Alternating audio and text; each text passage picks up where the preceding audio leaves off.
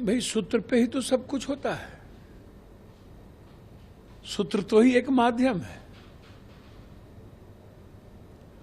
इसका मतलब है कि आप मुसलमानों को लेकर के और दलित ST/SC को लेकर के और EBC को लेकर के आप गंभीर नहीं है, चुनाव आयोग को लेकर गंभीर नहीं है आप।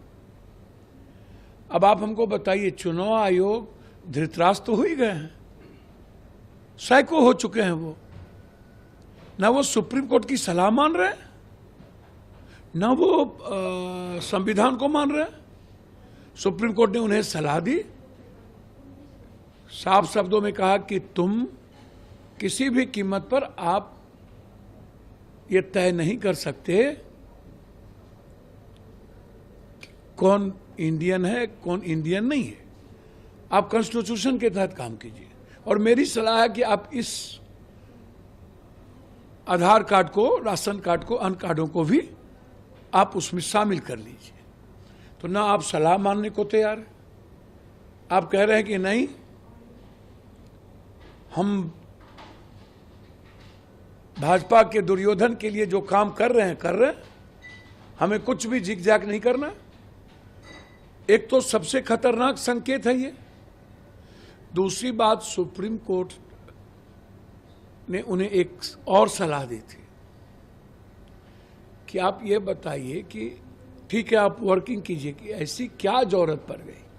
6 महीना पहले आपको म्यांमार, नेपाल या बांग्लादेश के बारे में ये जानकारी नहीं थी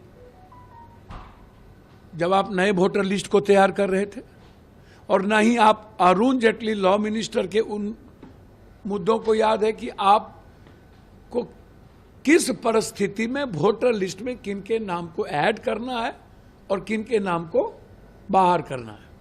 आप वो भी ध्यान में आपको नहीं है। अब आप कह रहे हैं कि मैं जा रहा हूं, हमें पता चला। तो हम चुनाव आयोग से पूछना चाहेंगे, अभी तो आपने फॉर्म बांटना शुरू किया, अब फॉर्म कहीं से आया नहीं।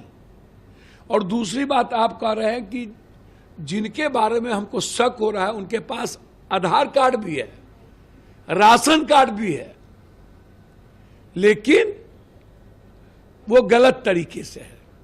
तो हम चुनाव आयोग से पूछना चाहेंगे, आधार कार्ड और पैन कार्ड जो मर जाएगा उसका भी रहेगा। आप 123% पूर्णिया में, 126 किशनगंज में, 124 कटिहार अररिया में। अरे जनाब, गुजरात में 18 लोकसभा में 11, 12, 13% ज्यादा है, जहां माइनॉरिटीज 3, 2, 6% है। हरियाणा में माइनॉरिटीज है ही नहीं।